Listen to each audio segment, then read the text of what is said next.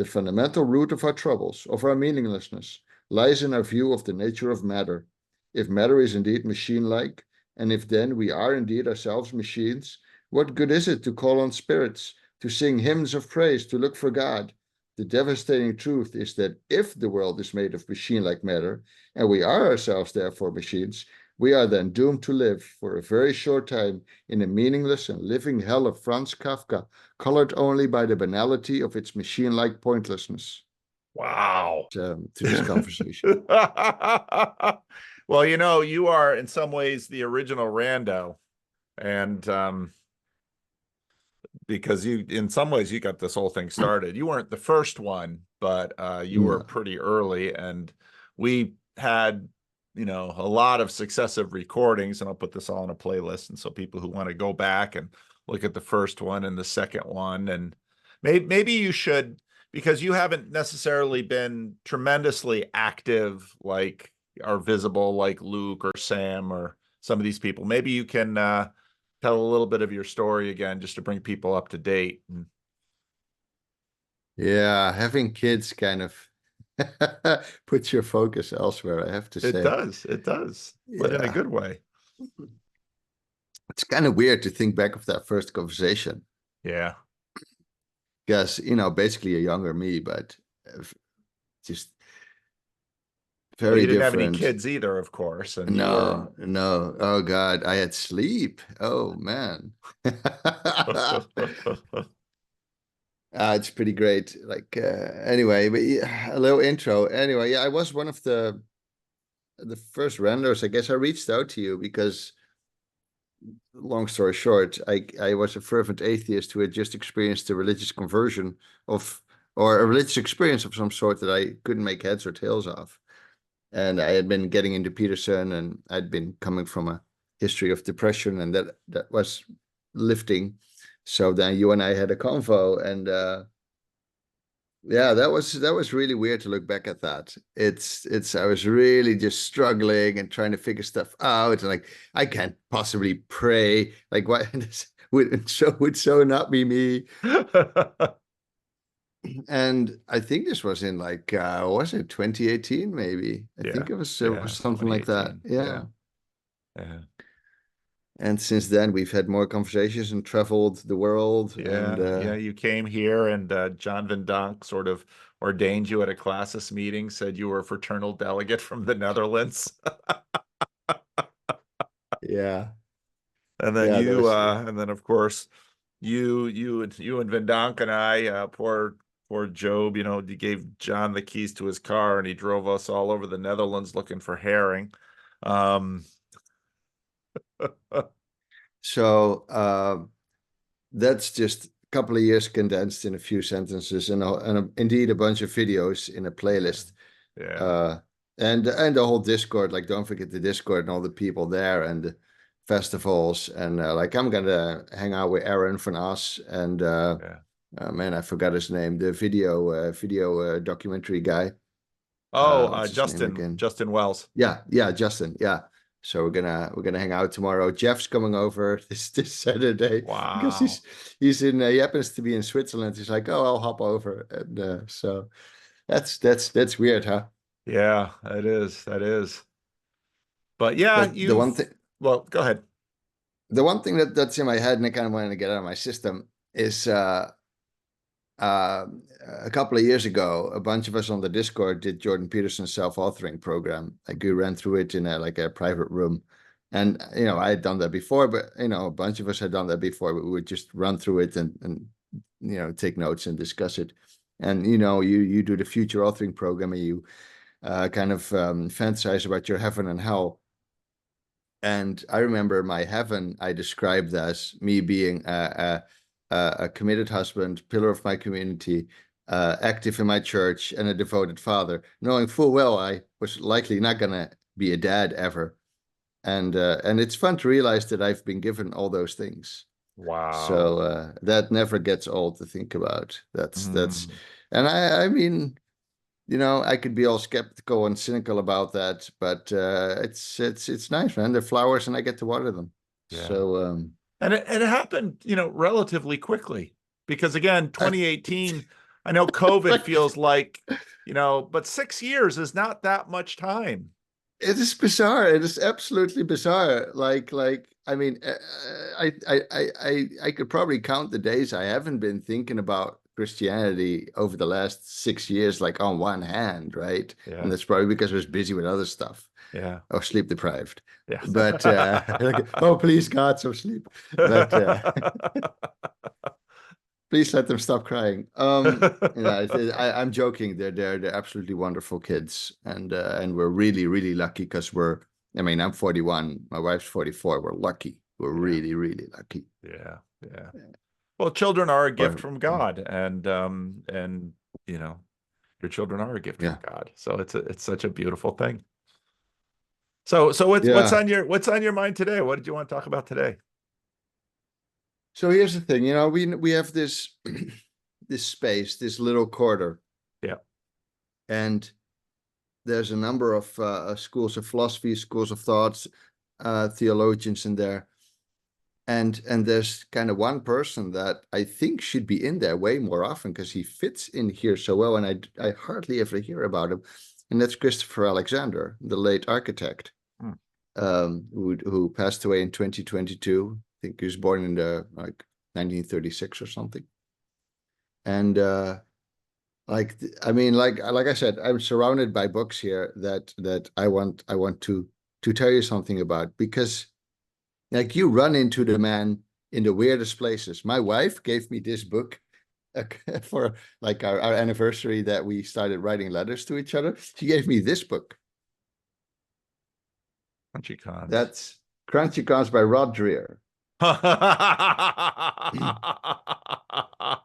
And When did he write that book? oh, this is 2015, I think. This Yeah, is all yeah, 2006. yeah, I yeah, think this is one of his first works where yeah. Rod was a different Rod than the Rod we now know. Yes, yes. But you can really read like this is his style, Yeah. Birkenstock Burkeans, right? That's so in his chapter on housing, he says successful buildings from various historical eras and widely divergent cultures appeal to us for the same reasons we find certain trees, animals, and faces pleasing to look at. Their forms all speak the same pattern language, a term coined by Christopher Alexander, of scale, line, and proportion. You don't have to understand what's being said with the pattern language to appreciate its effect. What Alexander was referring to with the term pattern language is the way certain combinations and repetitions of particular aesthetic forms cohere to form a harmonious and meaningful whole in the same way a certain combination and repetition of spoken syllables creates poetry, while another amounts to gibberish. Why certain patterns strike humans as beautiful is a mystery, but Alexander observes that it seems to be embedded in our nature, and anyway, it's no less true for being mysterious. Huh. So that's a little summary of like, I'm just reading this book and suddenly Alexander's like here again. So I ran into the man when I worked for a small startup in Amsterdam where we were trying to create a system for managing business processes, but we were trying to capture processes in a business in a meta language.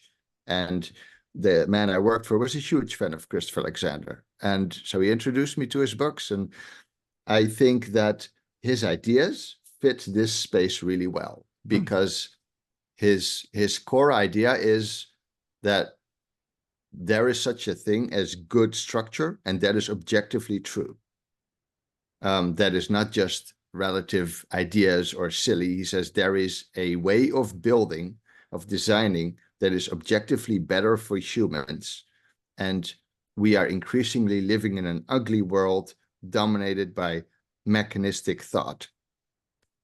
And he says the way that we build things, the mechanistic frame that we are in, is unable to create things that have life, because life is and you can say that's kind of a vague term, but I'll get into that. But he says, no, I've actually identified a number of patterns of structural properties that when combined properly, create wholes, create centers, create life. And he defines all these terms. Those are not just vague terms. And he says that's recursive. So that goes all the way down. So these structures have smaller coherent structures inside them all the way down. Now, I mean, you can basically shake Peugeot's hand there because these are similar to patterns that he's talking about. You can hear phenomenology in here. You can hear, ideas about fractal structures in here. There's ecological psychology in here. So to go back a bit about who the man was, and I can just, you got to interrupt me at some time if you want me to clarify something, or if you have a question, because I can just ramble. But anyway, in the architecture world, you either love the guy or you hate him. So California, Berkeley, and he came from basically, think of you come from post-war, right? And we had suburbia was being built, and we came from let's say Albert Speer's Nazi architecture with stripped down neoclassicism and the very form follows function type of thinking. And he says that was just one of the most destructive things that we could have. Form follows function. He says that's just not true. He says in one of his earliest writings, which is called A City is Not a Tree. In a sense, it's not a tree structure. He says a city is not a tree. A city is a set of overlapping parts. He says, let's say you come at an intersection, right? And there's traffic light. Like imagine traffic light, there's cars, maybe there's footpaths. People are waiting for the traffic light. Oh, but there's a small shop there with a newspaper stand. Okay, well, they're waiting. Maybe they'll grab a paper, maybe there's a hot dog cart. He says there's these things that come together that function as a whole. So, are you familiar with the concepts of Gestalt psychology, for instance? A little bit. So, yeah. So a quick example. Let's say you hear "Happy Birthday," right?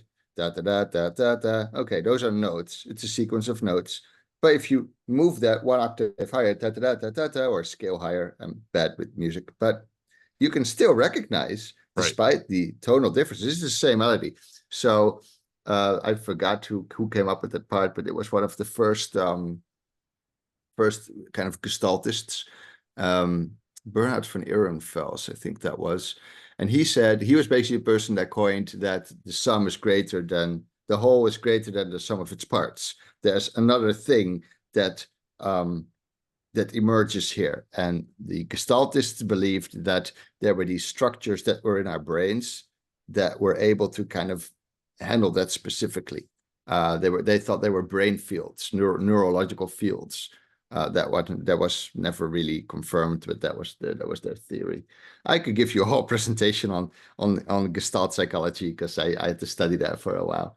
The interesting thing is all these people, the Gestaltists, they all came. Their teacher was a man called Franz Brentano, who was he was a former priest, a scholastic Catholic priest, and from him, we get the idea that consciousness has intentionality, that it's always pointed at something. And, you can hear Peterson talk about that because he often brings that up. But a bunch of his students were like, Freud was one of his students. And a bunch of the early psychologists, like I think Wilhelm Wundt was one of his students.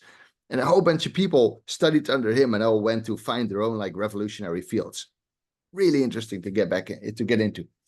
But anyway, I think it's not incidental, and people won't necessarily know this, but your day job is basically in web accessibility, or yeah, I used to. I work for the Department of Defense now. Don't tell Grim Grizz. And no, I actually now have a job where. Where do you work? I work in the division, data science division. Oh, what do you do there? I'm sorry, I cannot talk about it. I am unable to talk about it. I work in a space that is not connected to the outside world. It is completely cut off. Okay, but anything that goes outside goes on USB sticks. but these questions about accessibility, because I spend a fair amount of time with people who are disabled in various ways, or people who have challenges in various ways, whatever language you put on it. But this question of recognition. And, I was actually, before this, I was talking to a couple of older women, and one of them was just explaining her frustration that she has with anything technological. She had just gotten a text on her phone that was, something about, well, this is your bank and we've had to freeze your accounts. And I tell her, I don't, Yeah. emails, texts, no, never answer these things. Just delete them. They're fraud. But of course, she's an older woman. She's in her 80s, and she gets this message. It's like, oh no. And I say, if you're concerned about it, either call your bank with the number that you have from your bank, or go to your bank and talk to them. So after this, she's going to drive down to her bank and she's going to wait in line. She's going to talk to a teller, and the teller's going to tell her no. But all of this is because, and so she has daughters, and her daughters are very accomplished women in this world, and they're just like, Mom, you need to learn to use a computer. And she's like, I don't like those things. And part of it is Yeah. because it is, in fact, an entire language that we don't know we have sort of learned as we have interacted with these things. We didn't think of ourselves as learning a language because we were just sort of learning how to use stuff, but we have. And so all of this idea that there is somehow sort of a deep code in reality that Hmm. it scales into architecture, it scales into web design, it scales into human interaction and relationships of various ways. I just had on the channel, it was interesting. I had Home Math and I had Jordan Hall, and both of them told me stories of when they were growing up, that basically they were frustrated by a whole bunch of things, and they were smart enough that they could sort of figure out certain elements of deep code so that they could just ignore what a lot of other people are spending their time with and just sort of do this, because they understood in a deep way there was a structure to things that actually, like you said, it was recursive. It scaled all the way down. And once you begin to see that, you begin to think, oh, where else is there code, and what else am I missing? Hmm. Yeah. Yeah. Yeah. Yeah. And especially the way, like you said, with the older lady, the way that the basically the patterns of interaction with the world around us are increasingly becoming more mechanical as they're being replaced, as the human parts are being replaced. Um, and I mean, he identified that pretty quickly. Like in one of the books I have here, he talks about how he goes to like he goes to buy some food on the street or something, and he can just give cash, and then somewhere else he has to pay with a card, and he compares these different ways of paying and how one is completely devoid from talking to somebody. It's like when I go to the grocery store, we have these self-checkout things. It's brilliant because the store can fire some employees. People get to feel they're faster and more in control. But like I interact with screens all day. Like my kids have to see me press screens all the time. Like I go to a checkout where a person is just out of protest. And then I have my toddler say, you put all the stuff on the thing, right? And then he watches me talk to the other person, and I make a joke, and I do a bit of chit chat, and oh, does the boy want some raisins? Yeah, he would love some, and I much rather have him see that. Yes. Like he also likes to. I want to beep the grocery show at the self checkout, but so we're limited on time, and I have a particular list of stuff I have to get out of my system, and then Go we ahead, get can it out of your maybe. system. I'll shut up. So no, that's fine. You can talk, but I'm just letting you know that sometimes I'll just steamroll. I do have to, I have limited time too. I didn't get a chance to take my dog home for lunch yet. She's a good dog, but Unacceptable. I expect 2 hours because that's what this slut has. Uh, go for it, Joe. Otherwise, yeah, no, seriously. I'm ready for my data download. No, he said, okay, so he says a city's not a tree. And that was kind of maybe his, I don't know, one of his theses, but one of his big first books that got a bit more popular was Notes on the Synthesis of Form. There's one particular quote out of that I like, where he says, logic, like mathematics, is regarded by many designers with suspicion. So he wrote two books that are basically one book. And the first one, these are from the 70s, late 70s, The Timeless Way of Building. And there is its companion book called A Pattern Language. These are beautiful books. And I'll just read you something. This is from A Timeless Way of Building, where he talks about this quality that cannot be named. We have been taught that there is no objective difference between good buildings and bad, good towns and bad. The fact is that the difference between a good building and a bad building, between a good town and a bad town, is an objective matter. It is the difference between health and sickness, wholeness and dividedness, self-maintenance and self-destruction. In a world which is healthy, whole, alive, and self-maintaining, people themselves can be alive and self-creating. In a world which is unwhole and self-destroying, people cannot be alive. They will inevitably themselves be self-destroying and miserable. But it is easy to understand why people believe so firmly that there is no single solid basis for the difference between good building and bad. It happens because the single central quality which makes that difference cannot be named.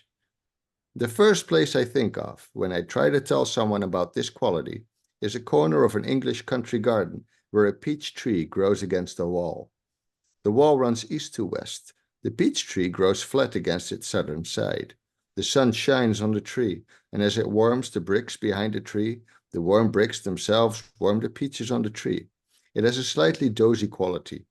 The tree, carefully tied to grow flat against the wall, warming the bricks, the peaches growing in the sun, the wild grass growing around the roots of the tree, in the angle where the earth and roots and wall all meet. This quality is the most fundamental quality there is in anything. It is never twice the same because it always takes its shape from the particular place in which it occurs. This goes on for a while like this, but this is how he writes. And it's kind of that whole, in one place it is calm, in another it is stormy. In one person it is tidy, in another it is careless. Very much reads like a Buddhist sutta. Like these sutras that were recorded very much have that pattern of, it is like this, it is not like that. It is like that, it is not like this. The Blessed One, blah, blah, blah, blah. Anyway, these books have lots of full color photos. He always accompanies stuff with photos. And then eventually he goes into, okay, what are patterns? What is the difference between a living courtyard and a dead courtyard? So this is kind of the first book where he kind of lays out his ideas. And then he goes to, okay, how can you develop all these ideas into a language? And he tried to do that with a bunch of co-workers in the book, A Pattern Language. And that was also based on the work they did in another book called The Oregon Experiment, where they did work on a campus. Now, this book about patterns contains about 200 patterns, but they're all interlinked. It's like hypertext. For instance, I'll read you one that I particularly like, which is the window place. This pattern helps complete the arrangement of the windows given by entrance room 130, Zen view 134, light on two sides of every room 159, street windows 164. According to the pattern, at least one of the windows in each room needs to be shaped in such a way as to increase its usefulness as a space. Everybody loves window seats, bay windows, and big windows with low sills and comfortable chairs drawn up to them. Then he goes a bit more into, okay, what is this trying to do here? What's the pattern good for? What sort of conflicts is it solving?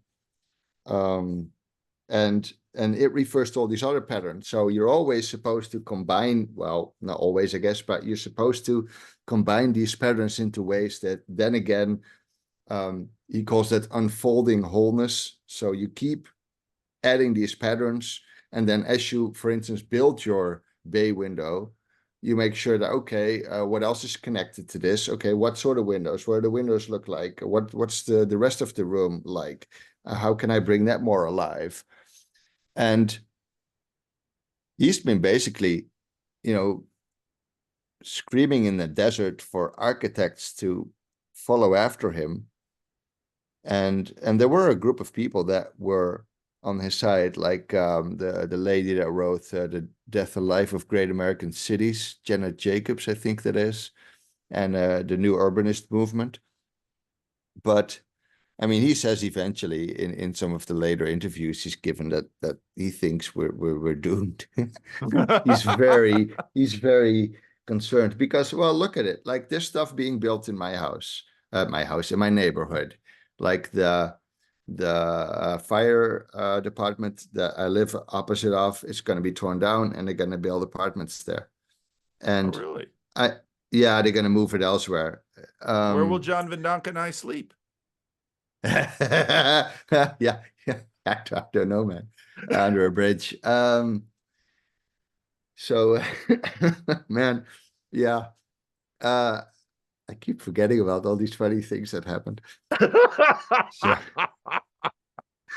oh, okay. Poor John. He always gets ribbed in these videos. I love it. He deserves it.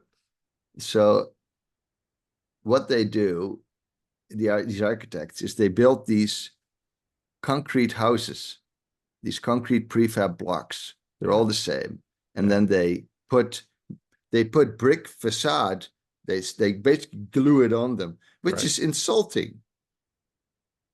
And I mean, I live in a town that's particularly my area. I mean, you've been here. It is you haven't seen many trees, No. particularly not if you're from the US. In the US, there are trees everywhere. Yeah. Well, not in Arizona, but at least when I was in Michigan, where my wife is from, there was like when she came to the Netherlands, she's like, "Where's all the trees?" This place is very concretized. And then our summers are getting hotter and our winters are getting wetter. So the heat gets worse because there's no shade, and the water can't go anywhere because there's no green. And like, yeah, it's just, and then I see what they're going to build here. And it's like, oh yeah, maybe we can add a tiny bit of green here. And then they put these tiny little shitty trees there that don't give any shade. And I mean, the Netherlands is kind of the worst place to be enthusiastic about Alexander in, because all this stuff is artificial. Like we basically just, we looked at the sea and said, that looks nice. We'll have that. And it's all just flat and artificial and organized. Like I would take my wife to like a nature reserve across the river. I'm like, look, all this wild nature, and she's like, this is really well maintained. This is not wild at all. There's no bears. I'm like, no, those belong in the zoo. You don't let those roam free. Are you insane? I mean, you don't want to encounter a bear. So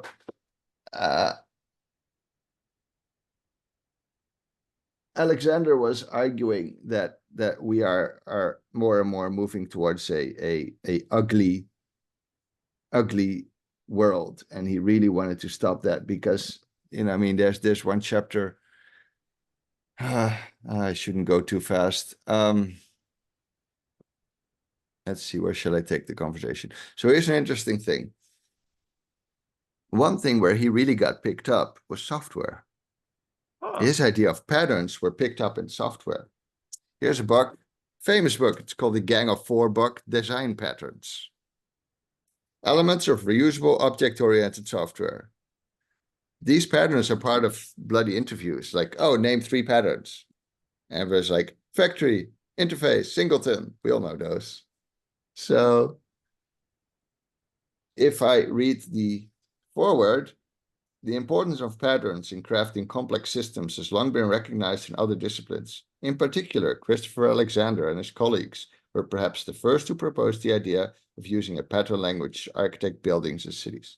So there's a conference talk in 1996 at a software conference where Alexander speaks, and he's like, I don't know what you guys want me to do here. I don't know what you guys do. But apparently I got offered a lot of money to come speak here, and I could speak about anything because they said they said you'd like it. So, and then he complains about the room that he's in, like, who designed this room? Probably thought he was doing a good job. So, are there many videos of him out there? There are more now. There used to be like only a few, maybe that one interview that he gives at that conference. But there's a beautiful documentary for anyone who's watching this video and is getting interested in Alexander's work. It's about an hour and a half. Christopher Alexander, A Life in Buildings. It's an interview with him about his ideas, and it's just wonderful. It's so sad that he's gone. So, I mean, oh, and it's on YouTube, so I will put it below. Yeah.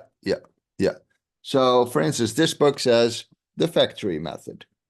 Define an interface for creating an object, but let subclasses decide which class to instantiate. Factory method lets a class defer instantiation to subclasses. I just triggered a whole bunch of CS graduates by reading this stuff because they all had to learn it. They all had to learn it in school. Also known as virtual constructor, blah, blah, blah, blah, diagram. So this book is from, I think, 1996. I mean, Alexander knew people in Sun Microsystems, like back in the olden days. Like, I mean, people who did early work in AI were inspired by his ideas. How was his name? Richard Gabriel, who did loads of stuff on computation. Alexander wrote the foreword in one of his books about patterns in software. But he inspires loads of other things. Like there's this book by Tidwell, Designing Interfaces. It's kind of dated, but there's a got a nice newer wood edition duck these on days. it. I could recognize that pattern. Oh yeah. They always say the animal that's on the front. Let's see. I think it's probably a wood duck. I can't find it. This is from 2011, but again, it has patterns. How to build a menu page. Why? How would you do this? There's some examples. How would you do this? Use it when? Oh man, there's all this dated stuff. But she also, in a forward, hey, Christopher Alexander, blah, blah, blah. Shortly before COVID hit, there was a whole conference on patterns in UX and UI design. So that's what's interesting, right? Architects didn't really take so much after Alexander. Software engineers did, but all that stuff is the backend that you don't really see as the user. But then the front of websites, that they really walked away with Alexander and his ideas. There's walked away with or walked away from? They loved it. Oh, yeah. Okay. Design of visualizations for human information interaction. How do you build interfaces that deal with information well? How do you visualize information? Sentiment analysis of the Bible. But they all use patterns again. There's a famous man called Edward Tufte who wrote the visual display of quantitative information. There's like 3 thick books. Look, I can only bring so many books home. There's a pattern approach to interaction design. Again, these people talk about Tidwell, but also Alexander. And they tried, for instance, as an example, they made a musical pattern language. How would you make a language for music to which you could use a common grammar? Also to deal with instruments. And I mean, there's just so much here. But Alexander's own magnum opus, 1 second, is this. 4 books. Wow. These are huge. These were expensive. Says the Dutchman. Well, they were. Look, 4 books, and the series is called The Nature of Order. And he basically really in depth lays out his ideas again. He collects these 15 what are they called again? These properties of life. So this book's called The Phenomenon of Life. His theory of centers, that good structures have centers and they come from these properties. Huh. So fundamental properties are, for instance, boundaries. Well, and I mean, I can just show you this stuff, but you would have to get the book because it's just beautiful with full color pictures. Let's see, what's another one? Good shape. Like what makes a good shape, like how the sail billows in the wind. And there's just loads of text and it's really detailed. Like I could spend days just talking about these books. Contrast, but there's one thing I wanted to particularly read a bit about, and that's this particular wall outside the University of Art Museum in Berkeley. That's the picture to the right. So what he writes is the following, and it gives you kind of an idea of how he thinks. And he talks about stress, how there's this thing called the stress reservoir, and how living in these types of cities and surroundings causes us stress as well.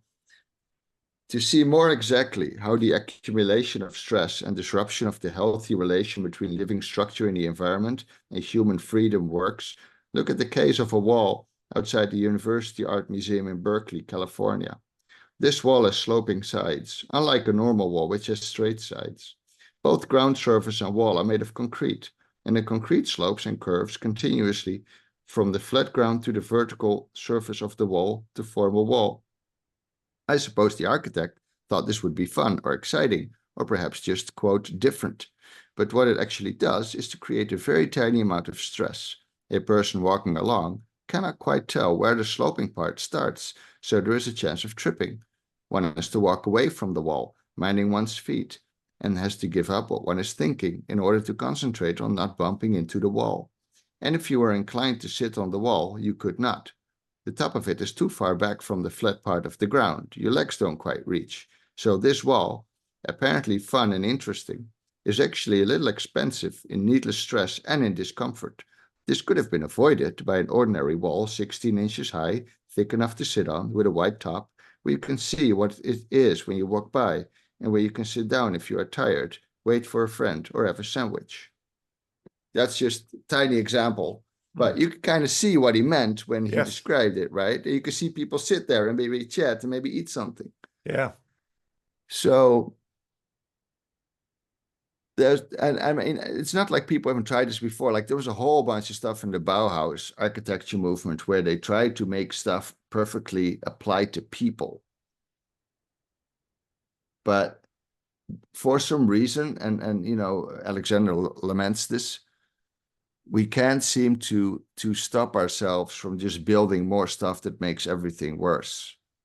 Like I had a conversation with Burn Power a while ago where we talked about this stuff a lot. I don't know if you ever saw that, but we talked about Alexander and mass production. And I talked to you before about these Netflix boxes. You know, when I was in this for this conference in Canada, and we had this rented apartment, and you went into this apartment block, which was so many stories high. And then you went in these elevators, where huge elevators, it took a long time to come down, and you could just stand there waiting for the elevator for a long time. They stand the elevator, ignoring each other. And I mean, I like to yak with people, but you don't do that there. And they go into your apartment, and there's nothing there, not even a kitchen to cook. There's no space to sit. There's a TV and a bed, and that's it. It's not a space to live. It's from where you go elsewhere to live, but then you're in the center of Toronto, and man, that was just depressing. It was depressing to be there. Yeah, Netflix boxes is what they call those things.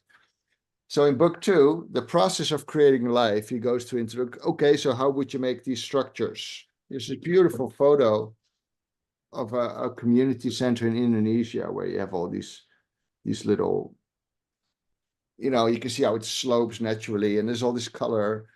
So one of his primary ideas is that the space that is lived in should be built by the people, or at least the people should be heavily involved in the system that it is created for.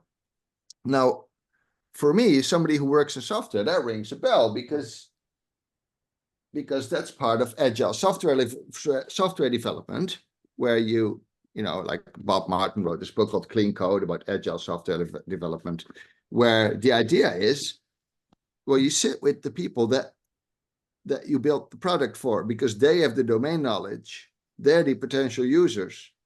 So it's not just, let's be kumbaya together. It's no, how can we reduce wasted time, wasted money, frustration?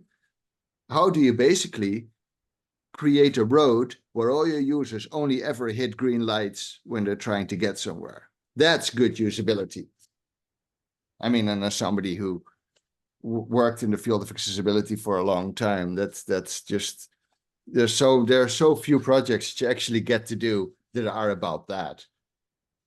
So book 3 is by far the thickest book, A Vision for a Living World. And that's just kind of like, where could this take us if we did this right? And the reason I have a post-it in there is because this beautiful picture of work that he did on a cafe in Austria called the Linz Cafe. And that's just this beautiful picture of this cozy little cafe room. And you can kind of just imagine sitting there. It's kind of like a train, seats in a train that are cozy, and it is easy to look at all this stuff and think, oh, that's romantic and silly. But I think he was dead right in a lot of this stuff, because it connects to so many things, so many other things that I've seen in this little corner discussed as well. I mean, he talked about meaning and living in spaces and how that screws with the way you feel and the way you find meaning. I mean, like you had Redeemed Zoomer on the other day, right? And he says, I don't want to, worship in a strip mall. I want to connect with the beautiful and the good in something that's beautiful and good. Like, I totally get that. Yeah. And I mean, even let's say you had a strip mall Orthodox church, you're still going to fill it up with candles and bones and carpets. Unless the fire marshal comes through. So my wife deals with that all the time. She's in this Waldorf school, and they want to, drape cloth, and they want to add all these textures. And right now the school is updating all the school furniture. And so my wife is really annoyed by this whole thing, because she has this old big wooden desk that she just picked up secondhand from somewhere, and it's warm and it has all the things, and we have to get that out of there to save it, because they're like, everything in all of these rooms is going to go into the dumpster, and we're going to come in with the new desks and and it's just going to be, the schools so often are just somewhere between a factory and a prison. I mean, and it's just, you can blame Dewey for some. I mean, this is American school industrialization. And of course, that drives my wife crazy to her core. No. No, I get it though. Yeah, it is difficult, because a lot of that fire marshal stuff, yeah, it is also required, but it's also a part of that mechanistic thinking. Right. Well, it's either good or it's not good. And there are design languages that are, it doesn't have to be kitschy or cluttered. There are design aesthetics that are tremendously beautiful, powerful, and enriching, that are also simplistic, but they're a lot harder to pull off. And they also require more discipline in terms of, just look at the 2 spaces that we're in that are overflowing with books. And yeah, but you've been in our house, so they can be little things. Like I like today, I come home, I open my front door. There's a little window in the front door that can be opened from the inside. You can see who's coming, but it also lets some light in, and it can let some fresh air in. Yeah. So I open the door, I look to the right, the window, my door to the kitchen is partially see-through with glass. I can see my wife feeding our baby, giving him a bottle, and I can see my toddler playing with cars on the kitchen table. Yeah. And that kitchen is inviting because there's stuff everywhere and there's old wood and old, Yeah. like this house is from 1924. And okay, it leaks when it rains, but and we had to do lots of stuff to get it, in proper living conditions, because we could get it cheap. But man, I mean, like I don't know if you remember our kitchen or our hallway very well, but if you come into our house, there's a little hallway. Yep. And up top, we had these two little glass windows Yep. that are half circles, and they're divided by like a metal V so that you have three parts. Yep. And those are the farm windows from my great grandparents' barn. And so because these walls weren't there when we bought the house, it was just one huge room. So I should just see if I can show the viewers. Let's see. So that's no, hang on. I think no. I'm terrible at this. Yeah, there. So Oh yeah, yeah, tiny yeah. window There they are. And so there's a little shelf in front of it that can hold a couple things. So, I mean, the stuff. This wood is old wood I got secondhand, and it used to be wood that sits under roof tiles. And then we used it to nail against the ceiling to create little, I don't know. So you can do these things on a shoestring if you know how to do it. Like our house is coupled together with secondhand stuff. But also like we have a little shed and that has this black bitumen tar layer on it. That's like, it's like I don't know, what would you call that? Tar paper. Maybe it's kind of thick, so, and it's water resistant. And anyway, that's on the roof of the shed. But it gets really hot, right? So I put green roof on it, which is a layer of sedum. It's a type of plant. And that looks really nice, but also brings lots of birds that find little bugs in there. So there's this whole like colony of little birds that, when you walk out the door, they all fly up. But it's nice to have them around, right? Yeah. And so when we had another part of our roofing replaced because it was getting old and wearing and we had leaks, okay, let's get some green roof. So we have, and now other people have gotten green roof because they like how ours looks, and that cools the neighborhood down. Yeah, it does. So it's a couple of little things. So I try to apply some of Alexander's ideas in little renovations to this old house. And I'm just so, I mean, there could be so much of his ideas in this little corner. And I've heard Peugeot talk about him with Alex O'Connor, but he didn't go very much into it. And Peugeot talked with Timothy Patistas, who wrote The Ethics of Beauty. And I know that Patistas has been influenced by Alexander. I haven't read the book, but I know that Cassidy has and Shelley has. I've only read the sampler, and he didn't get into it yet. It's not like I don't have enough books to read. So,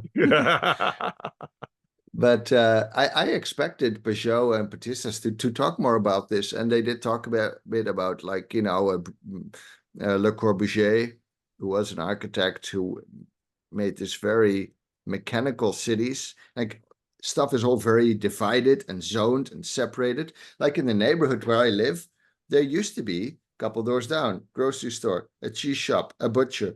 They're all gone. It's all centralized now. Yeah. So you go somewhere where you don't have to talk to people because you're just going to get your stuff and go back in your house. You're not forced to make or you're not required, maybe that's a better word. You don't have to walk around your neighborhood in order to get some stuff and maybe, hang out with some person or, hey, how you doing?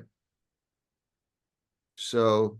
Well, America is very much that way, where you drive into your garage is attached to your house, you have your little Netflix house, then you leave the house in your sealed glass and steel car, and then you drive to your workplace, or now increasingly a lot of people don't even drive to their workplace. The only reason they go out is, well, maybe they have Uber Eats bring their food to them. I mean, America is even more so. Americans don't, unless you live in a major city that has a high walkability score. It's interesting. There's a neighborhood north of Sacramento that was a fairly late development, and I heard that when they developed it, they wanted to develop it, with a high walkability score, yada yada yada. It was a complete and utter failure. It is the most unwalkable community in the city, and I've lived in, when I lived on the East Coast, which is a far older part of the United States. Things that developed before the automobile developed. You'll have much higher walkability scores. Northern New Jersey, New York, you have very dense living situations. Of course, New York is one of these cities where you do walk, but LA, I mean, LA is just an absolute disaster. And the difficulty is that once the disaster sets in, it's really hard to undo it.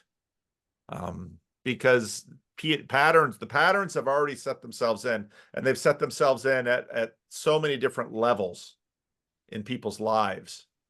And then you go to a place like New York City, Manhattan Island, and because those patterns were far older, those patterns did perpetuate themselves, and you do have subways, but if you lived in New York City, you really don't want to own a car, because the car is going to be a major hassle for you. And if you do have to go somewhere else, you really want to be able to drive a car, because in America, if you don't have a driver's license, it's really hard to do anything. But and this is very, very real stuff, and it has costs on, in terms of cardiovascular costs. They have these YouTube, you can find these basically studies that show how incredibly expensive American suburbs are, because the amount of infrastructure that you need per population density means that, and at some point, if in fact we have something like population collapse and we have a comparable wealth collapse, you're going to find, huge parts of different societies that are just no longer economically viable. I mean, we had something similar to that happen in Detroit, but the collapse wasn't fierce enough to provoke a serious re-engineering of it. It just sort of is like a brownout. Difference between a blackout and a brownout is a blackout, the lights go off. A brownout is the lights just get dim, and you slowly burn out your refrigerator and anything that has, because I lived with that in the Dominican Republic all the time.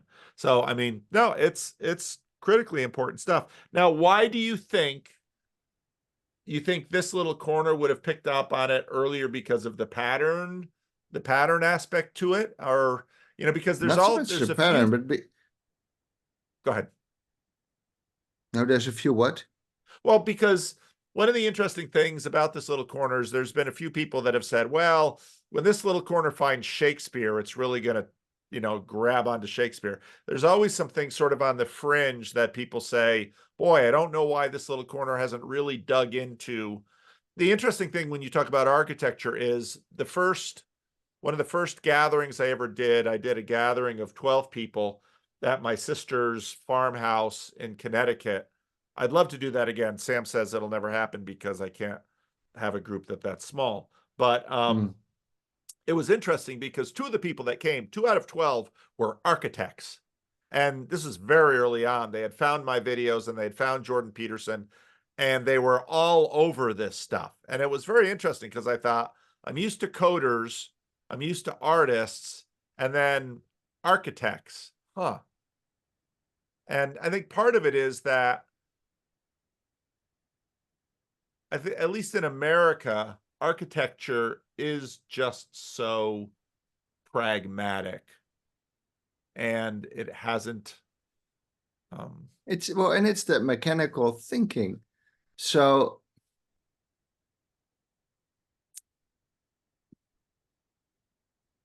you know how Peterson gets shit for saying that there's a lot contained in the question, do you believe in God? And he says, well, let's unpack that, shall we? And then he goes to, well, what do you mean by do? And I mean, I had a relative who said, oh yeah, Peterson, obfuscating. I said, no, given his frame, I totally understand why he would say that. But it's also easy to think he's obfuscating. Yeah. What I think Alexander does is he's very much on that side of, no, you do not understand how these things impact the way you feel. We are not automatons disconnected from our environment. We exist in this thing. It's why we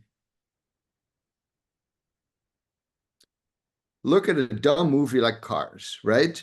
It's considered one of Pixar's worst. Maybe not nowadays anymore, but way back when it was considered Pixar's worst movie. I think it's really nice. Okay, it's what if Doc Hollywood was Cars, right? But they talk about, oh, there's this straight roads going straight through hills, and there's the road that flows with the environment, and they create this whole ecology around it with these little towns, blah, blah, blah, blah, blah, and the tourism. That's straight up Alexander as well. I mean, and you can dismiss that as romantic and inefficient and form follows function, but no. What does Alexander say again? Hang on a second. I gotta go back a bit. I will find it for you in a second. I said, because it's this one quote that I just think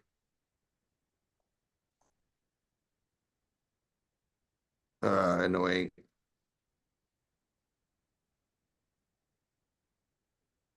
Should have copied and pasted this.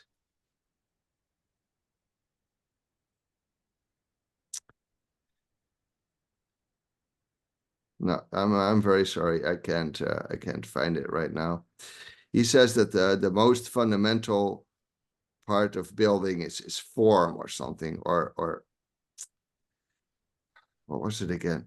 The ultimate object of design is form. The reason that iron filings placed in a magnetic field exhibit a pattern or have form, as we say, is that the field they are in is not homogeneous. Okay.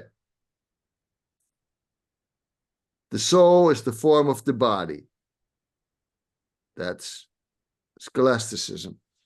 I mean, all this stuff connects. It's Peterson talking about, you are unaware of how weird it is to see something because you're refusing to think about how weird that is because you're stuck in this mechanistic mindset. Yeah. It's as you would say, it's Pascal. It's spirit of finesse, spirit of geometry. I mean, it kind of fits in with the last book 4. I mean, seriously, this book is let me just, you got a bit of time, right? Dog's doing okay so far. I mean, this book starts with, this is all the Cathedral of Chartres, right? This has icons of Mary in it, the existence of an eye. It is little wonder that the mechanistic view of man has been accompanied by a kind of hopelessness and despair. Who wants to live? Who can live when we believe that we are individually indeed nothing but meaningless machines? Some people seek meaning and solace for their loneliness in religion, to try and offset the meaninglessness and hopeless picture. Without meaning, without purpose, spiritualism has re-entered the world with a vengeance. Churches are growing. Fundamentalist movements throughout the world punish their followers for any departure from traditional or conservative canons of behavior. Belief in astrology, visits from outer space, telepathy are rife. Movements mixing therapy with spiritualism, belief in afterlife, belief in the goodness of man, efforts to exist within some canon of a religious sort have come back and grow every day. These religious movements try, somehow, to shield us from the awful import of mechanistic science. They try to make the world bearable by leavening the machines which we ourselves are with the incantations of prophecy, of goodness, of liberation, of heaven, perhaps too of hell. But none of this can really work. I do not believe that religion can improve the situation. Even the most holy, the most serious of these Zen monks, New Age priests, new brethren of the new churches in Texas, in the Philippines, in Japan, in Africa, what can they hope to accomplish? The fundamental root of our troubles, of our meaninglessness, lies in our view of the nature of matter. If matter is indeed machine-like, and if then we are indeed ourselves machines, what good is it to call on spirits, to sing hymns of praise, to look for God? The devastating truth is that if the world is made of machine-like matter, and we are ourselves therefore machines, we are then doomed to live for a very short time in a meaningless and living hell of Franz Kafka, colored only by the banality of its machine-like pointlessness. Wow. Wow. That's just a bit of, I mean, like I'm telling you, this, this guy was genius as far as I'm concerned. Wow. So I just basically want to share him with all these people that I hope will watch this video. And I would love if we could kind of, you know, rediscover this man with a group of us. You know, again, it's the little things. Putting some green stuff on your roof so it's not so ugly. Putting a little window in a wall so that some light from the south comes into your hallway. And you know, what sort of world are my kids gonna grow up with, right? So yeah, Although it strikes me, I you know, I've been to your home, I've been to your neighborhood. I've seen far worse. I mean, the Netherlands is a beautiful country. And oh, you know Sebastian the Crab sang it, right? Girl, it is better here where it's flatter. but I mean, Europe, I mean, I've only been to Europe twice, and Europe at least um, has kept some of its beauty from a previous age around. And you know, here in a place like Sacramento is relatively old for California standards, but you know, 1849, the gold rush, so much of what we have here is just ugly. Um, so except unless you get out to the trees and the natural beauty, and of course we've got that here in, you know, Yosemite National Park, Sequoia, um, et cetera, et cetera. So no, it's hmm, it's interesting. We'll see how this does, Job. We'll see how this does. That, and if it's anything like anything else in this corner, there will be a few people who sort of take it and kind of run with it off in a corner of the corner and play with it. And that's sort of become the pattern where um, you've get, you know, fringes have fringes and corners have corners, and people sort of take a little something here and they find a way to nerd out with it. But another enduring pattern of this corner though is this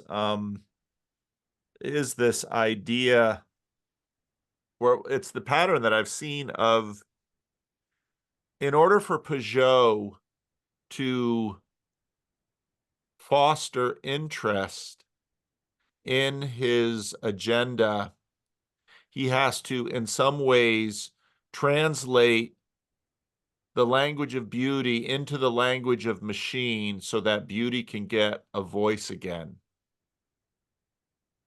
And, you know, again and again, we hear that, well, the corner should be about, we shouldn't be telling each other how important storytelling is. We should be doing it. We shouldn't be telling each other how important relationality and community is. We should be doing it. And that's true. And I would also say that storytelling and community is happening, but there's something there's something integral to YouTube that is machine world. I mean, look at some of the most important videos on YouTube are how to. And you can learn okay. to play guitar on YouTube. You can learn how to draw on YouTube. You can do all of that on YouTube. And so and of course, this little corner is deeply tied with YouTube.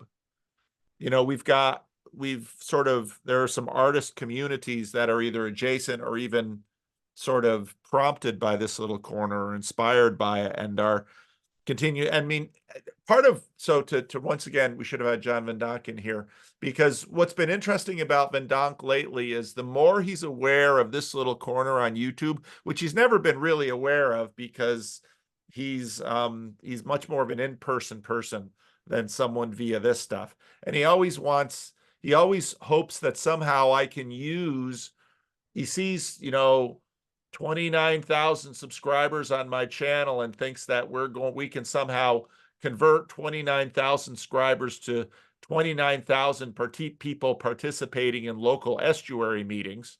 And I try to tell him, it's not how any of these numbers work, John. Yet, he's always really, it kind of grinds him when he notices that thousands, in any given month, 30 to 40,000 people will watch my videos and a few hundred will show up to an estuary meeting somewhere around the world. And I think that gets, I don't know what to say about that, but I notice the relationships here. And, for every person that is doing art or storytelling because they've been inspired by Jonathan Peugeot, there are thousands who will talk about the importance of art and storytelling because Jonathan Peugeot said so. But yet, and even, it would be, it's how many people know, I'll use Taylor Swift. How many people watch videos about Taylor Swift compared to how many people enjoy her music? So there it's inverted. Now you can go to YouTube and find a documentary about Taylor Swift, or I've been studying like late 60s, early 70s rock and roll recently. And it's so the nexus between this machine world of YouTube and kind of the living world that doesn't give a shit about YouTube. It's an interesting relationship. And so what I see happen now let's take it to my preacher domain. What I see is that people want to use YouTube to get people to go to church, let's say. And we sort of understand we see the conflicts and can sense the conflicts, but we really don't know where these two worlds are touching and what exactly any of this is all about. So it's funny that, let's say if Taylor Swift had started in this little corner, would she have ever become Taylor Swift? I don't know. I don't really know Taylor Swift very well. Oh, exactly. And I don't either, but there are millions who do. And yeah. I hear from them sometimes. It's like, oh, Taylor Swift. And it's like, and of course, Byrne has touched on her and Cassidy has touched on her. But do you get my point about the strange, because we've just done a video about, to what degree would a building by Christopher Alexander speak differently from these big 4-volume books of trying to explain? Because I feel that often. Because there's been this simulacra that has developed where we participate by watching. And on one hand, architecture is intensively participatory because you don't have to build it to participate in a building. But Christopher Alexander's agenda is to hopefully colonize builders to build in that way. Whereas, again, we have a sense that 1,000 years ago or 2,000 years ago, nobody was trying to colonize to build that way.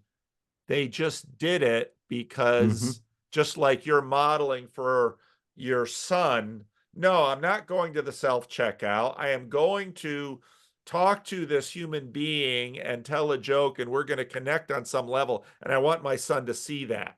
And he might never come to conscious awareness that it might be quite a bit later in life when something happens that he says, Dad always went to the checkout. He didn't do the self-checkout.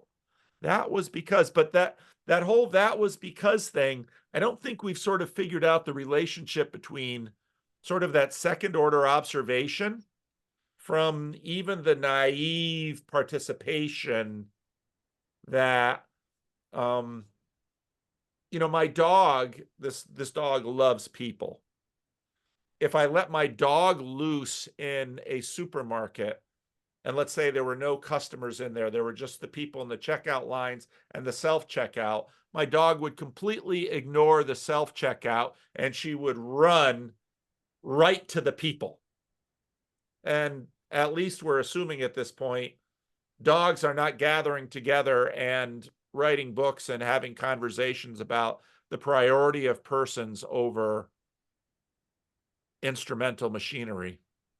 No, but a recurring line in Alexander's work, to answer your question, is anyone can do this.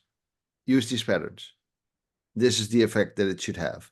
So in the documentary Life in Buildings, there are some people who are talking with him afterwards, and one of them says, these books are beautiful, but and we are, oh, maybe this can be done. We get all our hopes up, and they would look at the photos he used, and they're all old buildings, and that gets a laugh.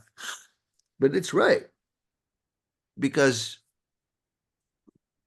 well, we know why, but yeah, I don't really know how else to answer your question. You need to do it. Like, thinky talking only gets you so far. But I'm not an architect, but I can at least try it in my own house and maybe somewhere else. Yeah. And I'm really bad at home improvement, but but it is interesting. It's sort of Barfieldian in that you sort of, what this little corner is trying to do is encourage people to sort of mode switch. Okay. And this is, theology is full of this, because in a sense,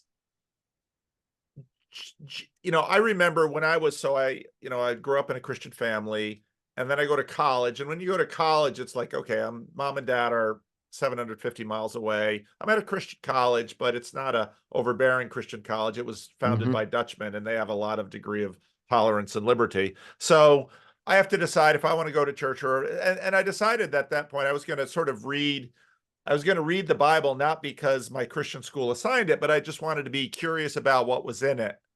And one of the things that I remember realizing was how different Jesus was from preachers and especially sort of evangelists. Because evangelists it was very mechanical. Okay, well, what do you need Jesus for? Well, you're gonna die someday. As a 18, 19-year-old, it was like, yeah, I suppose someday, but not right now. I'm mostly interested in girls. But but and so you need Jesus for your salvation and all of this, and so you pray the sinner's prayer, and even what we did with the Bible and the gospel was to turn it into steps. Well, here's these steps to becoming a Christian, and that's super helpful. Steps are super helpful, and listicles, lists are super helpful, and they are sticky in some way. But I was reading Jesus, and I was thinking, first of all, he didn't write this. Second of all, boy, they could have used an editor, because we seem to have pages and pages about what you can and cannot do on the Sabbath, and then you have all of these crazy sayings and parables about this world that I've never been to. And yet it still somehow works. And it seems to work in ways that we don't, I mean, sort of afterwards, we can kind of think about it and say, well, maybe some of these were participating in why it works. But even looking at your story, I mean, there's so much mystery in the changes that you have been through in the last 7 years. Oh, it's bonkers. Absolutely nuts.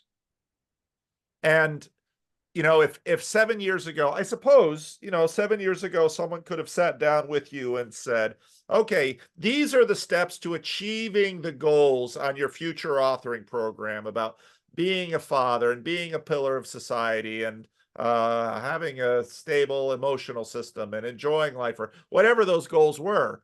Here are the 7 steps you should do. And YouTube is just full of this kind of thing. But then when I talk to someone like you, who's had a dramatic transformation, now certainly there are some, you can distill out some items that you did or were done for you, yada, yada, yada. But on the whole thing is just rather mysterious. Mm-hmm. Yeah, and I mean, man, like, I don't know, like praying a rosary, putting a cross in the house. I mean, going to church, like, yeah, that stuff contributes, but you don't know at which level. It's like, okay, I'm just gonna do this, and we'll see. Yeah. I mean, I mean, for at least first months, years, I was act as if Christian, Yeah. and I mean, nowadays, like. Nowadays, even if it wasn't true, like, yeah, I'd still be doing this. Okay. Yeah. It was, you know, it was interesting. So I've been reading this biography of the band. I've been reading biographies of things that aren't people lately. And that's been kind of interesting because there's reasons for that. Anyway, so I've been reading this biography of the band of Led Zeppelin, which means there's all these little biographies of people who contributed to what became Led Zeppelin. And what's really interesting is that, of course, in the UK in the 1960s, there were a whole group of teenagers that were simply fascinated with African American blues. And it's like, that's so weird. Because why African American blues? Now people can go into folk music and blues and African Americans and slaves, and people can do all that stuff, and they have.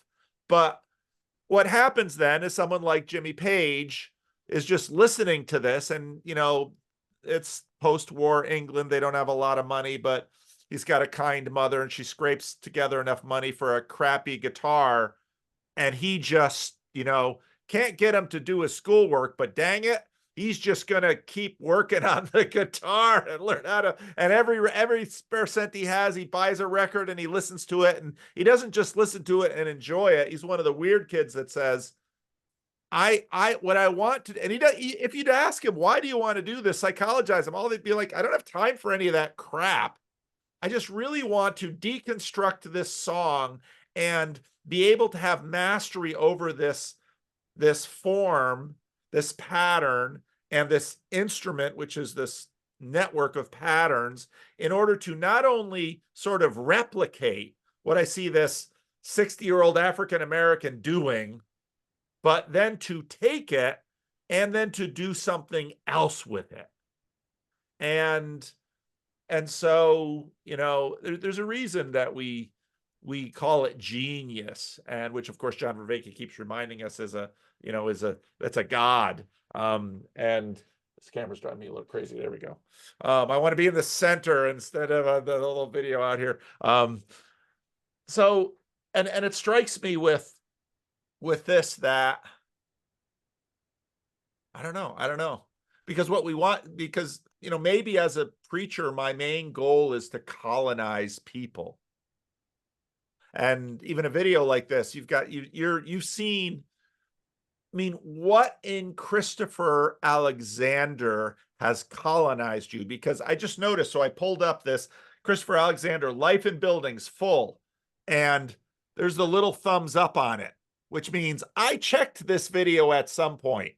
And I could go back on my list and find out exactly when I did it, but I'm sure I checked this video because of you. Could be. Oh, it's definitely you, because you've mentioned him to me a number of times. And because you've seen something in Christopher Alexander, his deep mission has touched something inside you that's deep. And you've did the green roof on your house, you've done it in your life, and you want to, there's something that's moving you. And I don't know how much this video will colonize, but the whole process is very interesting. And where is this going? I don't know, but look at the things that have happened in the last 6 years. It's very Tolkien-esque. Once you take a step out your front door, you don't know where this thing will go. So, I mean, think about that, right? We watch Tolkien. There's a reason that all the stuff Saruman does is all mechanical and fire and steel and industry. Middle Earth will burn under the fires of industry. And then there's Hobbiton. Round, green, beautiful wooden doors. Though we all love the interior of Bilbo's house, we're like, oh yeah, oh that. Do you think you Smoking a have pipe. seen Oh, do you yeah. think you have seen in Christopher Alexander patterns of the age to come? I think so.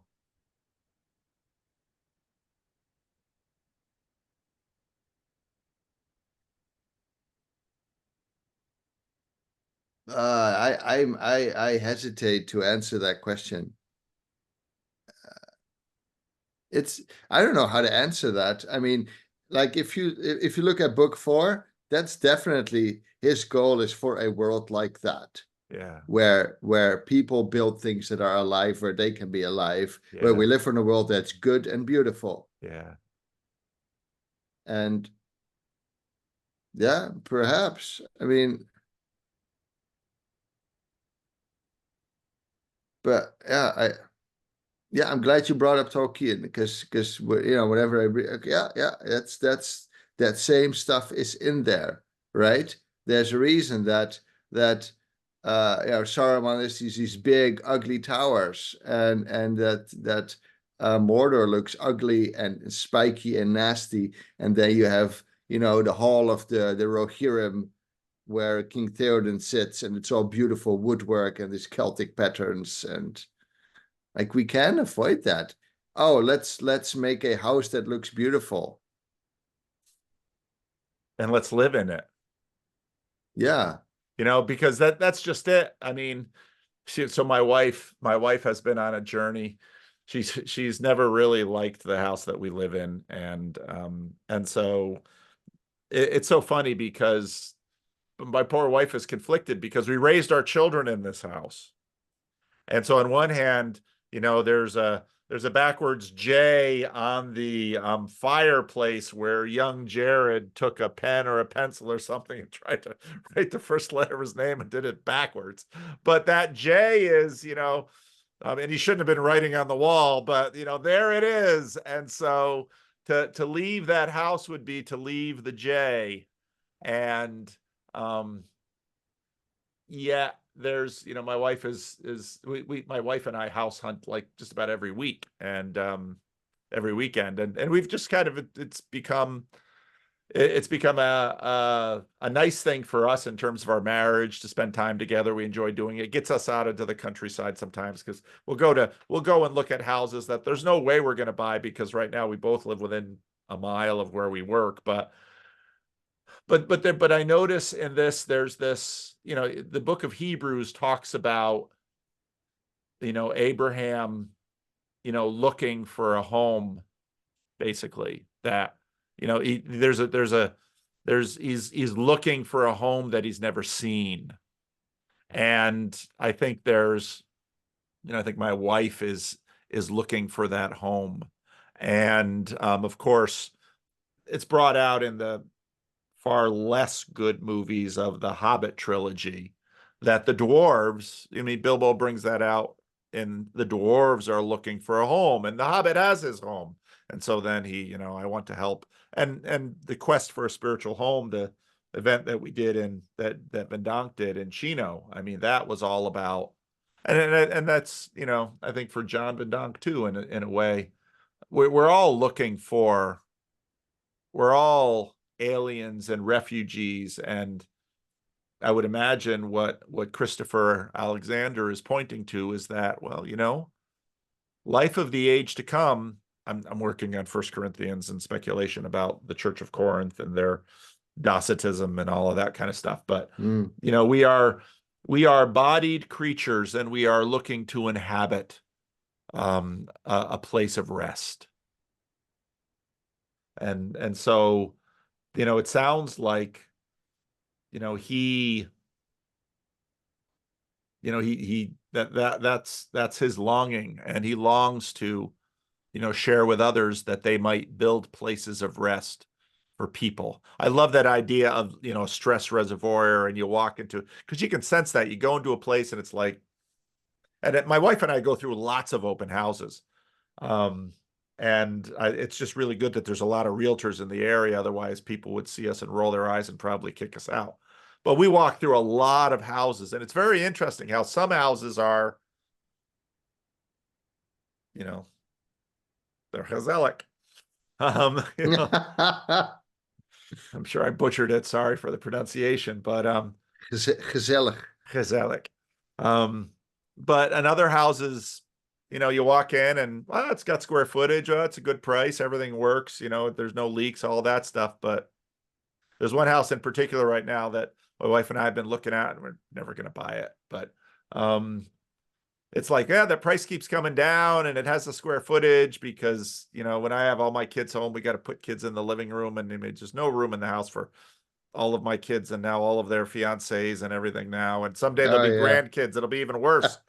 But, and it's like, no, there's something about that house that just, no. What it is, we don't know. If I read the book, I could probably say. But, yeah.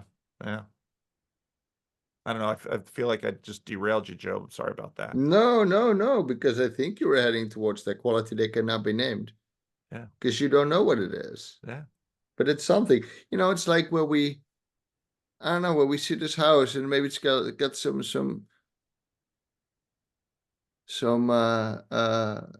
stone stairs leading up to it, and there's some flowers, and like he describes that little thing with the peach tree against the wall. We can all, and then we think, that's just basis romanticism. I think that's horseshit. I think there's a reason we think some art is good and some art's hideous.